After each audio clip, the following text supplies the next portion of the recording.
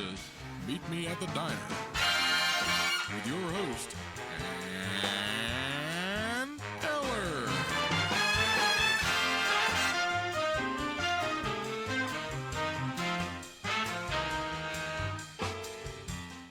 Oh, that's right. We are live here this afternoon with a very special and I hope heartfelt show.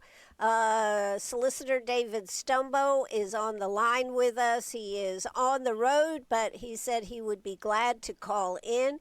I've noticed we've already started getting some questions, and we can discuss things, but we can't actually discuss the case. But we have had some good questions, but I think we're going to talk with David first, and then if time permits, we'll answer some of those questions. You know, you can go to 864-332-9355. You can also, we are live on Facebook on WCRS Radio. You can post your comments or questions right there. So without further ado, it is with great pleasure that I invite Solicitor David Stumbo on the air with us here today. And that's not the right, okay, how about, there we go, there's Solicitor David Stumbo. How you doing, David?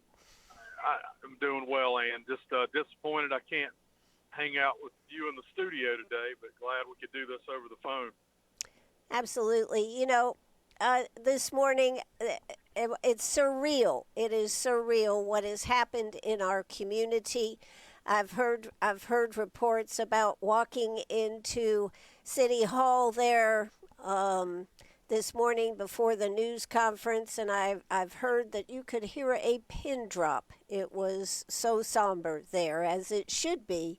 But this is devastating not only to family, but to all of our community, but particularly our law enforcement family right there. Yes, ma'am. I tell you what, DJ Keller was one of the finest officers we had in Greenwood, and he was so well respected by all of his supervisors and his colleagues with the city and with Greenwood County Sheriff's Office, and just what a loss for our community. He was, one of the guys we want to be there on that line for us, that thin blue line, fighting to keep our community safe, and we're just devastated for his family. He was father of a 2-year-old child, had just married just in the last few years, and it's hard to put into words how devastating this is for our community to lose a guy like DJ. This is the first officer we have lost in the line of duty in not just Greenwood in many years, but in the 4 counties that I know I serve. And it never is easy to lose such a fine young man. And we're just heartbroken for his family and the enforcement community tonight in Greenwood. Well, it is, and it's this morning you said something that made me want to reach out to you. You said that something to this effect, not maybe word for word, but that no community or state resources would be spared here. Can you tell us what you're thinking about could be done?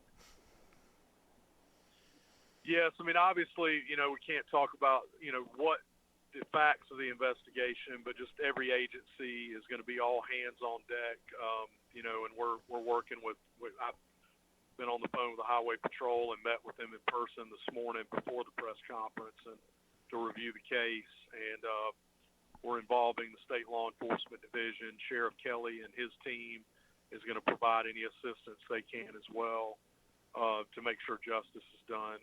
And so on the investigative prosecution side, that's obviously what I meant by the no resource is going to go unused here. We're going to make sure that we have everybody in play. But yes, I mean, the other part would be just the fact that these officers go out and risk their lives every day, and their families, know that when they put that uniform on and put on that badge and strap on that gun, get in a patrol car, that they may not come home. And this is the worst case scenario when they don't, when DJ didn't come home to his wife and and child last night. And so we're going to make sure that that family has every resource available to them. The Upstate Warrior Solutions, I know they're doing great work right now with our fallen officers in the Upstate, and they have been for the past several years.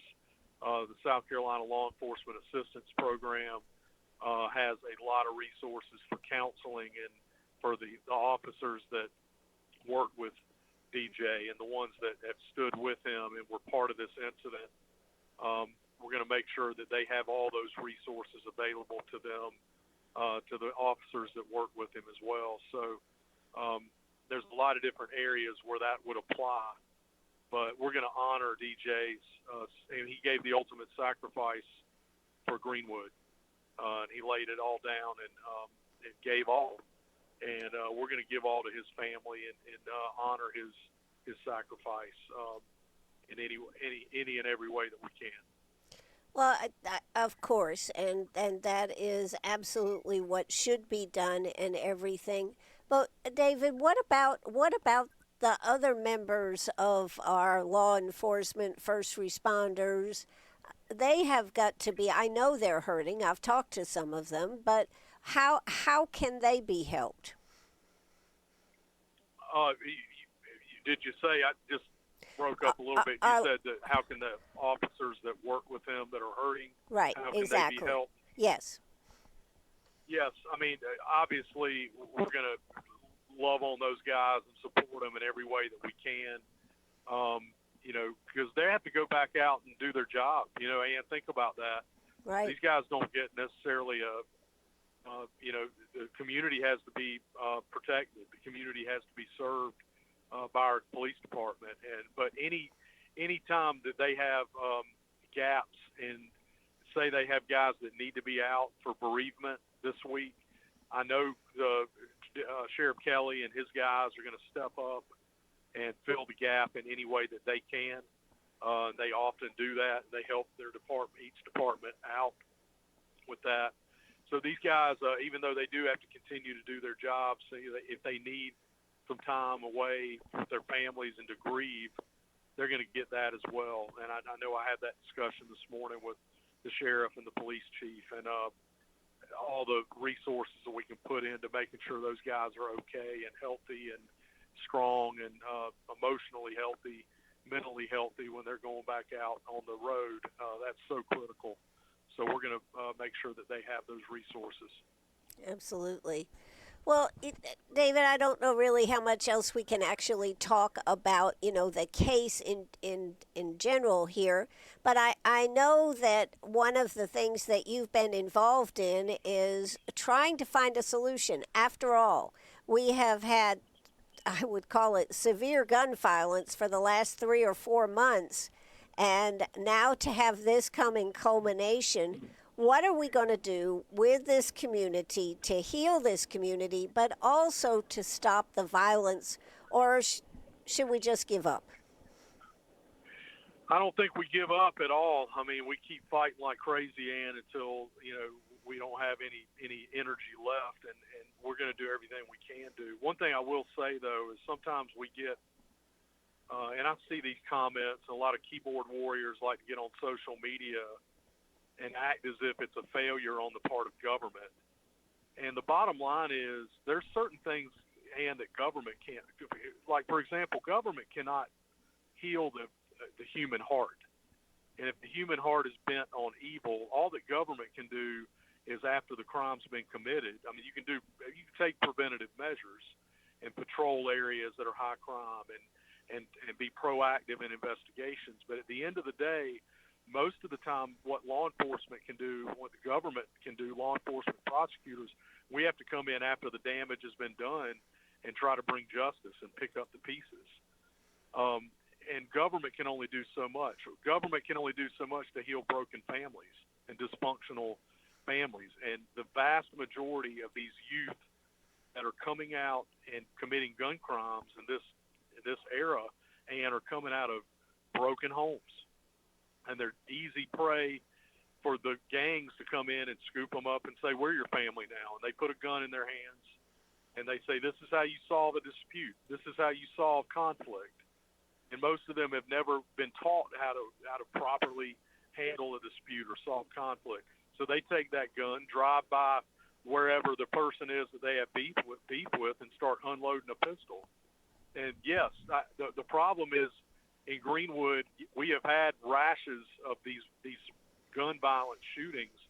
And I'll tell you this: in the almost 14 years I've been solicitor now, it has been, and I know this predated me, and it's not just in the 8th Circuit or in Greenwood. It's all over the state and all over the country. We've seen an uptick and an increase in gun violence and gang activity, and we're not the only area that we're seeing this. I talk to sheriffs and solicitors all over South Carolina and district attorneys from other parts of the country that are seeing the same things.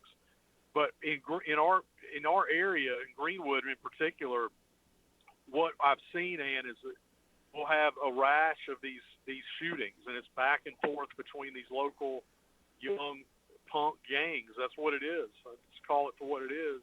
And then we'll be able to investigate and arrest those guys and prosecute them oftentimes, and we'll lock up the leaders of some of the gangs, and we've done that. I've tried a lot of those cases myself. And then we'll see it quiet down for a year or two.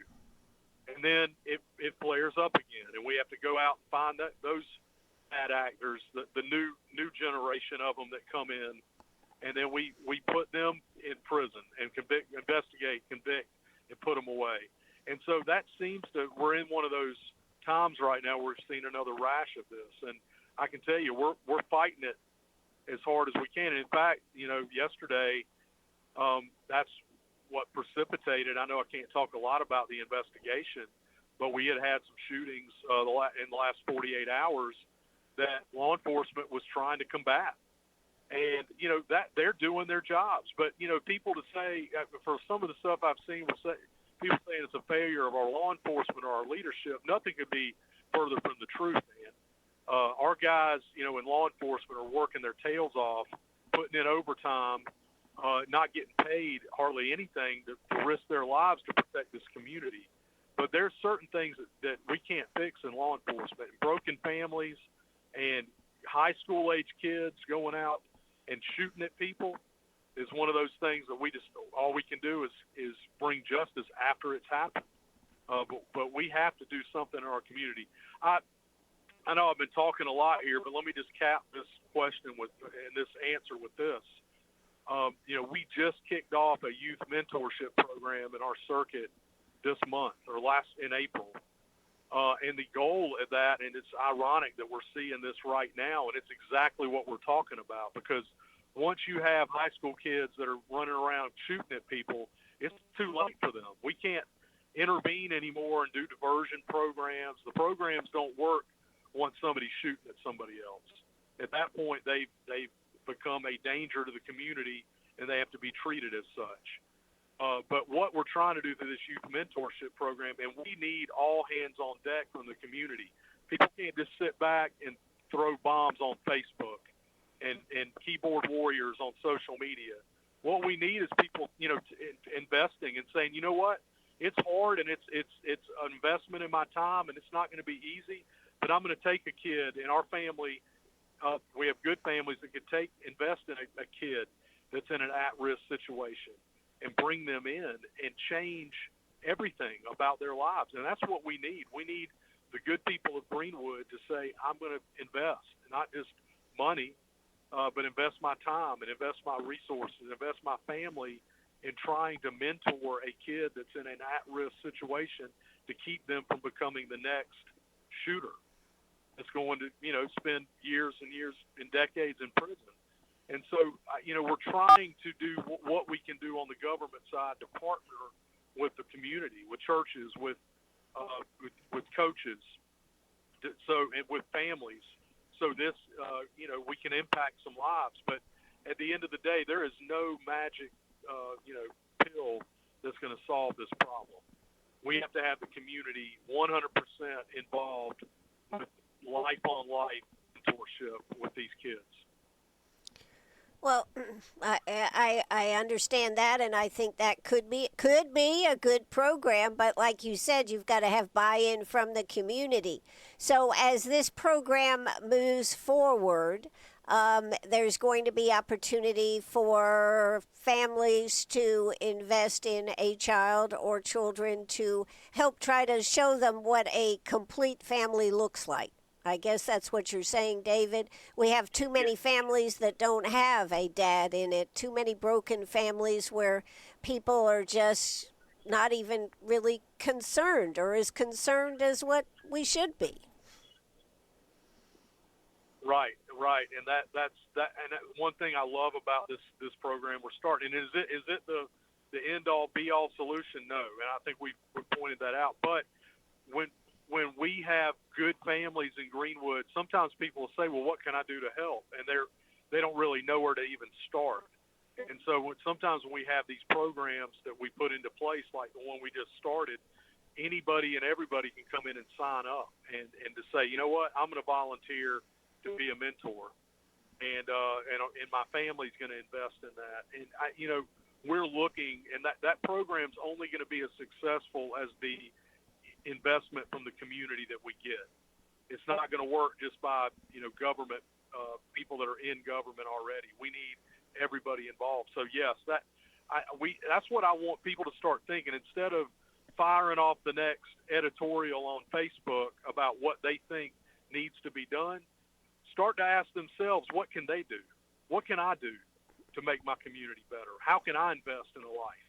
That's what I want people to start asking, and not let me criticize everything that I'm seeing other people do.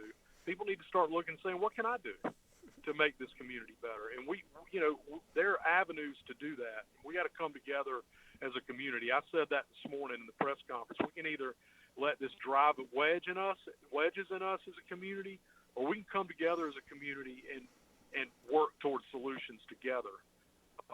And I'm convinced that Greenwood, there is so many good things and so many good people in Greenwood, and we can do this. And I want to be part of leading that effort. But we need a lot of people, a lot of hands on deck to make that happen. Absolutely. What did JFK say? Ask not what your country can do for you. Ask what you can do for your country. Well, in this case, we're going to just turn it to Greenwood, right? That's right. Yeah, but I just substitute Greenwood there and to JFK's quote, and that's what we're talking about. And so, yeah, I think obviously on the law enforcement side, we're going to continue to do what we do and bring accountability and bring justice. And that's in process right now. There is going to be a time for justice. But one thing I want our community to think about today and tomorrow, as law enforcement in my office and everybody else is doing our part on the investigative side, one thing we can do is stop criticizing and start investing and start praying for our leaders, start praying for our officers that are going out there and risking their lives and getting involved with it. And let's come together as a community this week and rally around our law enforcement officers. Let's rally around the family of DJ Keller. I mean, let's rally around DJ's family and show them that this family cares about their law enforcement officers in a time like this. And that's what I would ask our community to do. There's already a vigil set up there's a patrol car in front of the courthouse. People can go pay their respects there. People can write notes, leave flowers, show that this community cares. I know there's some prayer vigils in the works. Possibly, I'm trying to be a part of one possibly tomorrow night, but we're working on that. We'll announce it hopefully tonight or tomorrow. But we need to pray for our community and ask God to, it says in 2 Chronicles, if my people will humble themselves and pray, and God's going to heal our land when we do that together. Absolutely. Now, one of the other sides of this, David, that I wanted to bring to people's attention is you were telling me earlier today about a gang bill that North Carolina has passed into law, and the law enforcement solicitors have been trying to get this through the House and the Senate down there. What can you tell us about that one? Yes, thank you for bringing that up. And there's a Senate bill that Senator Greg Hembry, who's a former solicitor, now senator from Myrtle Beach, he introduced it, and it's been working through the legislature since last year. And then we had introduced one the prior session that never was passed. But that gang bill would give us basically the ability to go after not just the people that are carrying out the crimes, but the ones that are ordering the hits. We really need to treat these local gangs as criminal organizations, kind of similarly under in the federal courts that they do with the RICO law. And we can utilize the powers of the grand jury to do that if we get this bill passed. And so I'd call on the General Assembly to do that. We should have passed this a long time ago, but now this is another incident of where we know that we could make a difference in a lot of these local shooting cases if we had a gang bill. We had more tools in the tool bag and tougher sentences for co-conspirators of these incidents. So we need to pass Senator Hembry's bill. It needs attention immediately, and I'd call on our House members and our senators to jump on board with that. Well, that's where we, the people, can make a difference by making sure we reach out to Senator Garrett if it's in the Senate. In the House side, of course, it's John McCravey, Daniel Gibson. Any of those people could be reached out. But it sounds like the problem is you try to cut off the head of the snake, but you never really get the head cut off, and somebody else pops up and all of a sudden is in leadership for these gangs. That's right. And we've had a harder time taking out the whole organization. You take out the foot soldiers, and again, like I said, it quiets down for a little bit until they can recruit up a new crew of them, and then it ramps back up. And so we need to be taking the whole organization out, the leaders that are kind of the Pied Pipers for the other ones. And a gang bill would help us do that. North Carolina has a good gang law. Georgia has one. So our neighbors to the north and to we need to have one here similar. And Senator Hembry's bill is modeled after the North Carolina law. Well, it sounds like that would be a really big help if we could get to the head of the snake, I'm going to say, to stop some of this, because otherwise you're just always growing a new batch, right? Correct. Yeah. So, David, as I know you don't have a lot of times. How have you had? I mean, I had somebody that had quite a long question here, but I think the real question is, how do we get our schools and everything working together to identify children that need this help? Is there a plan in place for that with this new program that you're talking about? Yes, with that program, and then also District 50, the head of security for District 50 is Natalie Talbert. Natalie was a retired SLED agent and Greenwood Sheriff's deputy. Natalie's a great resource. District. Are you there?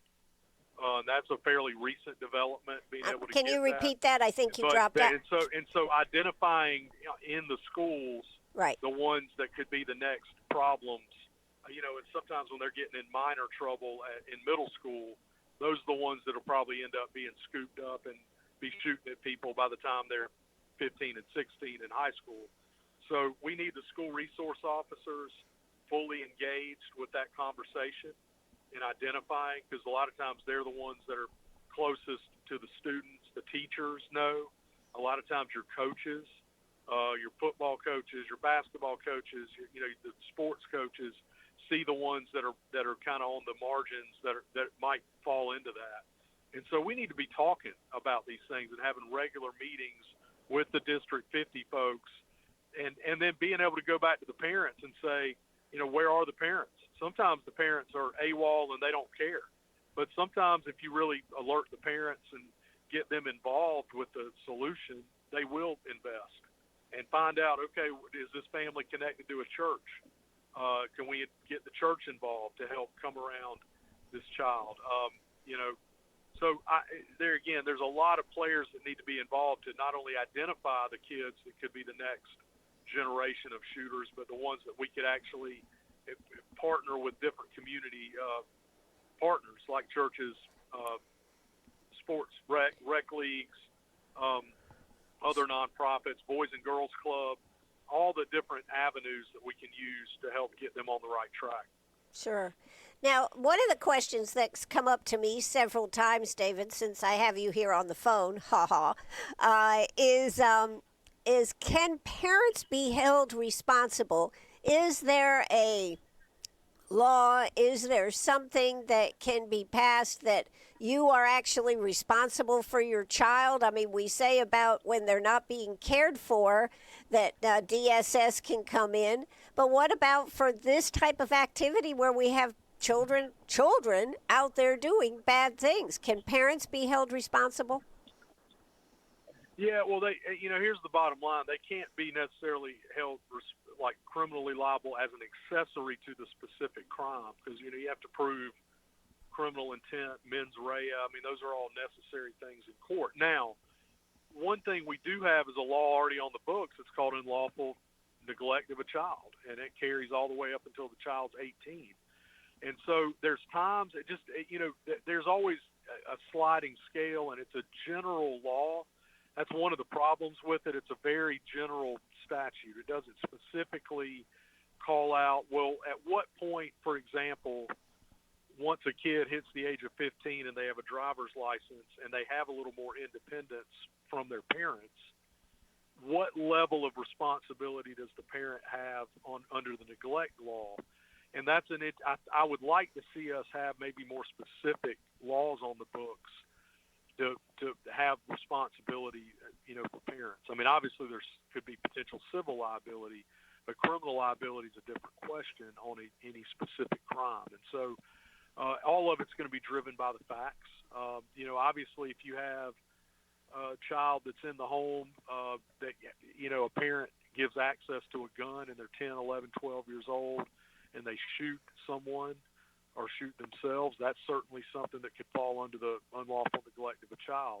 But if you have a kid who is able to drive, say, a car at 16, 15, 16, 17, and they're out and they have the ability to be somewhat independent from their parents, at what point does it cross over into that unlawful neglect by the parent? And that's a harder question to answer. So I'd like to maybe see us get some more specific laws on the books for gun crimes, and what ages, what are the age cutoffs, what responsibility do the parents have. Obviously, if they are neglectful to the point that the child gets their gun and goes out and commits a crime with it, that could provide some criminal liability. But if they go out and, the parent doesn't know where they are, they're incorrigible, at what point do you hold the parent criminally responsible? That's not an easy answer to that, and all of that would be driven by the facts of any given case. Absolutely. And what about where do our judges, where do the judges, as far as a responsibility for saying this child, has got to go down to juvenile justice? And I mean, I know one of the problems, I've talked to TJ about this, $150 a day to send a juvenile down there, and it's it's prohibitively expensive. And that's another failure of the General Assembly. I mean, we got to fix this where local departments are having to bear the brunt of sending a dangerous juvenile down to Columbia, and we don't. I mean, they talked about doing some regional, detention centers, so they don't have to send them further away. Where you could have a couple in the upstate. But when they're having to go up and down the road, not only $150 a day for them to be detained, but then they have to send an officer down to get them and bring them to up here for court every time, and then back to Columbia and back and forth and back and forth. And a lot of these small jurisdiction police departments don't have those resources. And so the state's got to step up and do something. I mean, our juvenile justice system, look, we did great damage to it 7 or 8 years ago when the General Assembly raised the age for, basically they raised the age for who was eligible for juvenile court. And so everybody under 18 at that point got to go to juvie court, where it didn't used to be that way. 16 and 17-year-olds were coming up to adult court. And we could handle those ages kids who were committing dangerous crimes better. When they were committing adult crimes, we were taking them to adult court. And that's got to change. We got to roll that back. I was in the Senate just a few weeks ago testifying on a bill to roll back the raise the age provisions. We have to do that. I mean, we really, our state screwed up when we passed that law. And of course, their point was, well, we don't need these kids, marginalized, blah, blah, blah. We need to, rehabilitate them. I get it.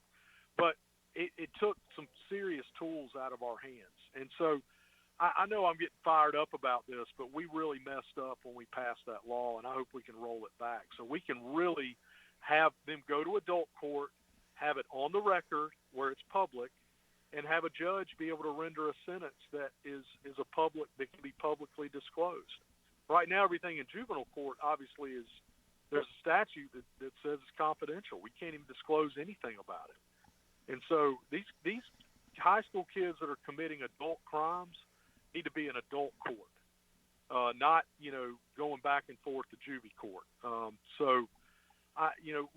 Those are things that we need to fix. The legislature can fix the raise the age and also the detention situation. We need more bed space for violent juveniles that need to be detained and not out in the community.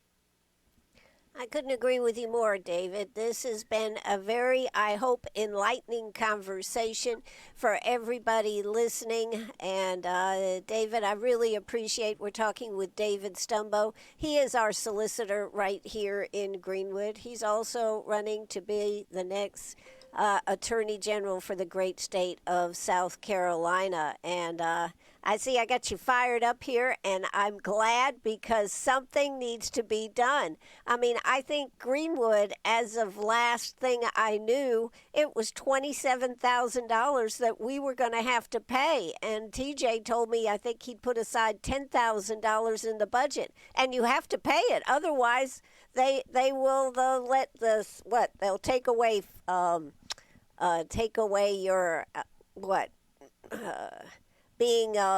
being a credible agency if you don't pay it. Accredited agency. That's right. Yeah. It can affect accreditation. It can affect all kinds of things. But right. Look, the state needs to be, picking up the tab on that. And I think the reason they put it on the backs of the locals was this kind of woke idea that the guys that passed the raise the age were on the Democrat side, guys like Gerald Malloy and others. They were so insistent on this. And I think the reason they were wanting to put the financial burden on the backs of the local agencies was so they would detain less people. And actually a disincentive to detain dangerous kids. Well, I think if you are a police officer or a judge and you're looking at $150 a day, it would influence your decision. Right. And, we're reaping what we've sown with the changes in the law. And like a lot of people don't realize that law that went into place. It was right before COVID. It was 2017, I think 2018 or 2019 when the raise the age law was passed. And it really did great damage to our ability to hold teenagers accountable that were committing adult-level crimes like shooting at people. I agree. David, is there anything you'd like to say in closing? I think I'm getting a lot of positive response from those that were asking questions. I kind of grouped them together in big questions, but is there anything else you'd like to say before I let you go and get to your next meeting?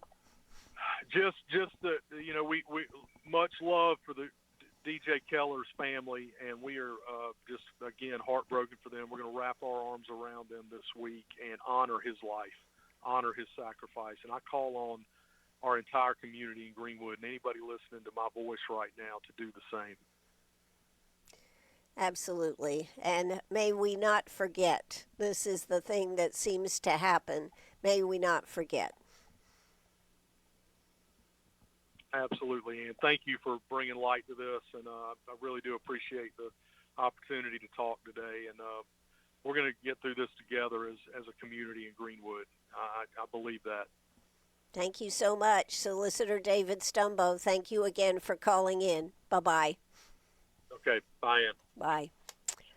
All right, we are right here on WCRS radio. Let me know how you felt about what we talked about here today. Some very interesting things that came out here in this.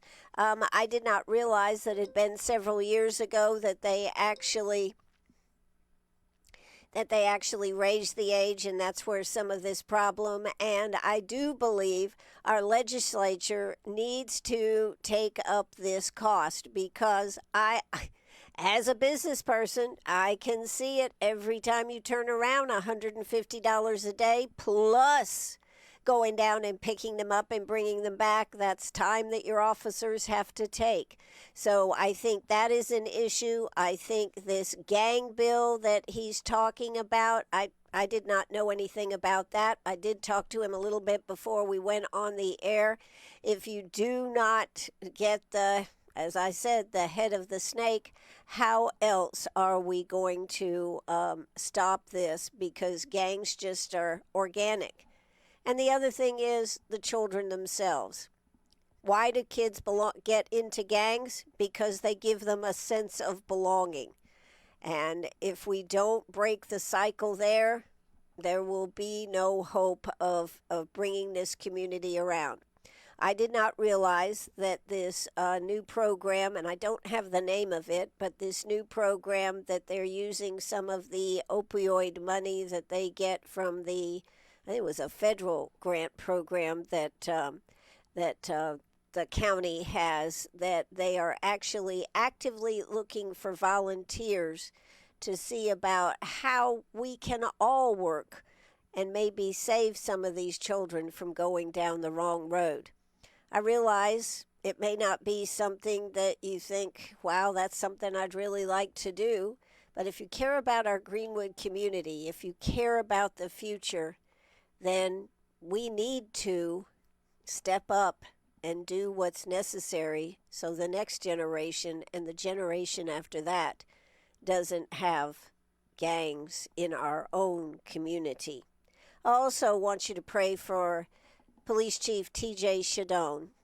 This has hit him as his whole department, but I think TJ is shouldering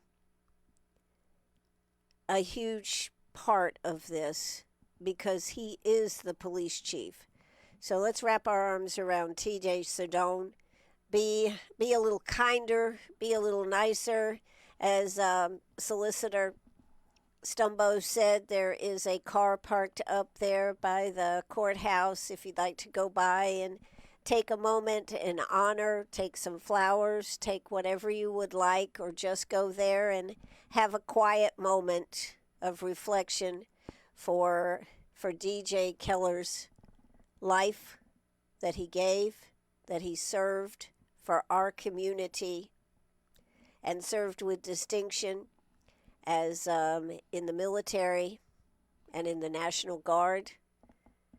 The Greenwood Police Department was blessed to have a man such as DJ Keller who stood up and didn't sit down. And his family's life will be forever impacted. My hope and prayer is that we all spend some time in meditation, silent prayer, and instead of looking away when you see something bad happening out there, look and help our police officers get these people off the streets, but also start changing the culture that we have in our community. It is time for it to stop. It is time for the gangs to be gone, but we'll have to fight hard because that's what it takes when you're getting rid of the enemy. I'm Ann Eller. This is WCRS Radio. Thank you so much for tuning in this afternoon. And I want to send a big shout out to Solicitor David Stumbo for taking the time to talk to us today. This, of course, will be on our Facebook page. If you didn't get to hear it, see it, or you want to go back and listen to it, or you want to share it with someone, it'll be on our Facebook page, WCRS Radio. but it'll also, hopefully, I'll have it up tomorrow on our website, WCRS1450am.net. I will be back in the morning. It's going to be another day. It's going to be a day where we roll up our sleeves and start doing what's necessary, not expecting the government to do it all, but looking at ourselves and saying, what can we do? Thank you so much this afternoon. That'll do it for us. Let me drop the curtain. See you in the morning. This is WCRS Radio right here in Greenwood, South Carolina. Bye-bye, everybody.